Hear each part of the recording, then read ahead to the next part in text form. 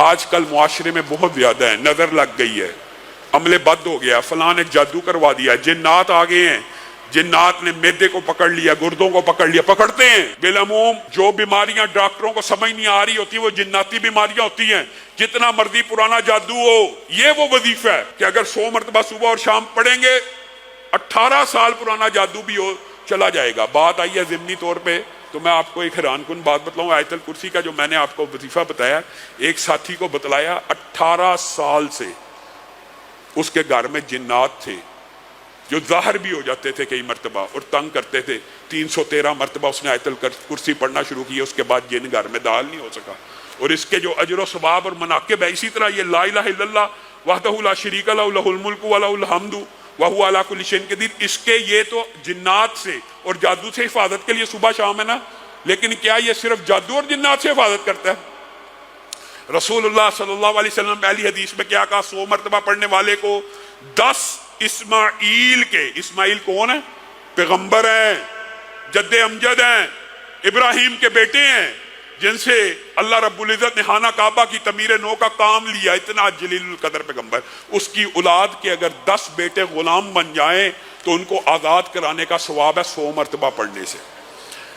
پھر اللہ رب العزت نے اخلاص کی بنیاد پہ، بعض محدثین نے لکھا یہ اخلاص نیت کا اضافہ ہے، یا تخفیف کی بنیاد کے اوپر آسانی کی، اور کیا کہا؟ جو 10 مرتبہ پڑھتا ہے، یعنی اس کا اجر مزید بڑھا دیا۔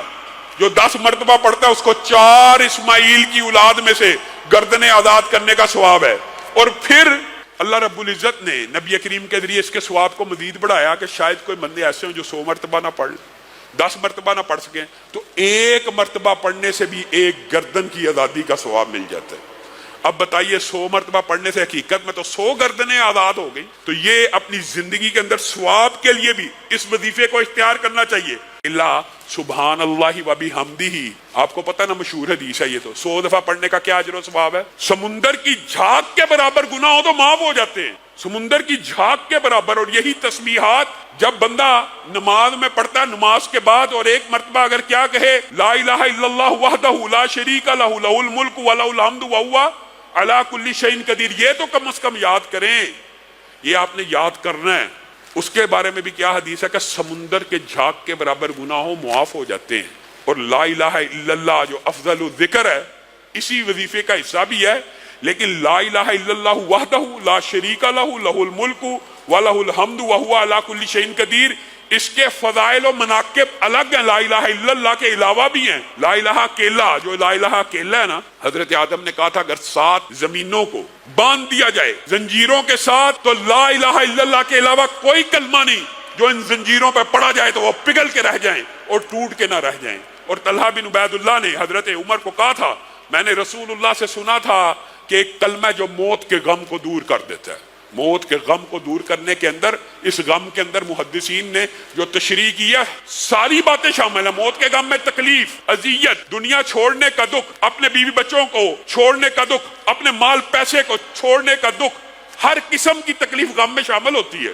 میں نے سوچا کہ میں رسول اللہ سے پوچھ لوں گا، لیکن رسول اللہ دنیا سے چلے گئے۔ حضرت عمر مسکرانا شروع ہو گئے، مجھے اس کلمے کا پتہ ہے، مجھے اس کلمے کا پتہ ہے۔ طلحہ کہنے لگے پھر بتا دیجئے، تو حضرت عمر نے کہا لا الہ الا اللہ کے علاوہ کوئی کلمہ نہیں جو موت کے غموں کو بھی دور کر دیتا ہے۔ یہ لا الہ کا کلمہ چھوٹا کلمہ نہیں ہے، یہ لا الہ الا اللہ کا کلمہ جو ہے اگر وقت وفات انسان کے منہ سے جاری ہو جائے، رسول اللہ صلی اللہ علیہ وسلم نے کہا جس کا آخری کلام لا الہ الا اللہ وہ جنت میں داخل ہو۔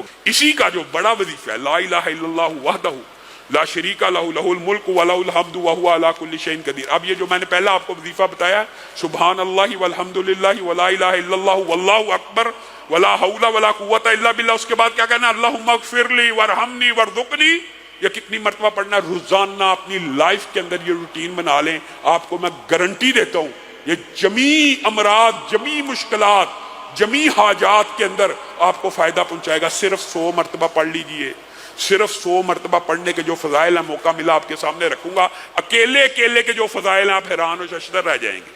اکیلے اکیلے کے جو فضائل ہیں 100 مرتبہ پڑھنے میں کتنا ٹائم لگتا ہے؟ آپ اپنی زبان پہ ذرا رواں کریں، اللہ کے فضل و کرم سے بعض نمازی سلام پھیرتے ہی 100 مرتبہ جب یہ تسبیحات فاطمہ پڑھتے ہیں نا میں نے دیکھا کئی مرتبہ 1 منٹ لگتا ہے اور 1 منٹ میں انسان پڑھ کے فارغ ہو جاتا ہے، زبان پہ چڑھا ہوتا ہے۔ یہ آپ 100 مرتبہ پڑھیں، اس کے اجر و ثواب کو حاصل کرے گا۔ اور دوسرا جو وظیفہ، پھر وہی بات، جادو، جنات، ثواب، اجر، نیکیوں کا سیزن ہے، وہ 100 مرتبہ صبح اور شام پڑھنا ہے۔ اس کی آپ روٹین چاہے پورے رات میں 1 مرتبہ کی بنا لیں، لیکن اس وظیفے کی روٹین 100 مرتبہ صبح اور 100 مرتبہ شام کی اس لیے کرنی ہے کہ رسول اللہ صلی اللہ علیہ وسلم نے فرمایا ہے جو بندہ 100 مرتبہ صبح لا الہ الا اللہ وحدہ لا شریک لہ لہ الملک ولہ الحمد وہو علی کل شیء قدیر پڑھتا ہے، 100 مرتبہ رات کو پڑھتا ہے، وہ شیطان کے شر سے محفوظ ہو جاتا ہے، اور شیطان اور جنات کے شر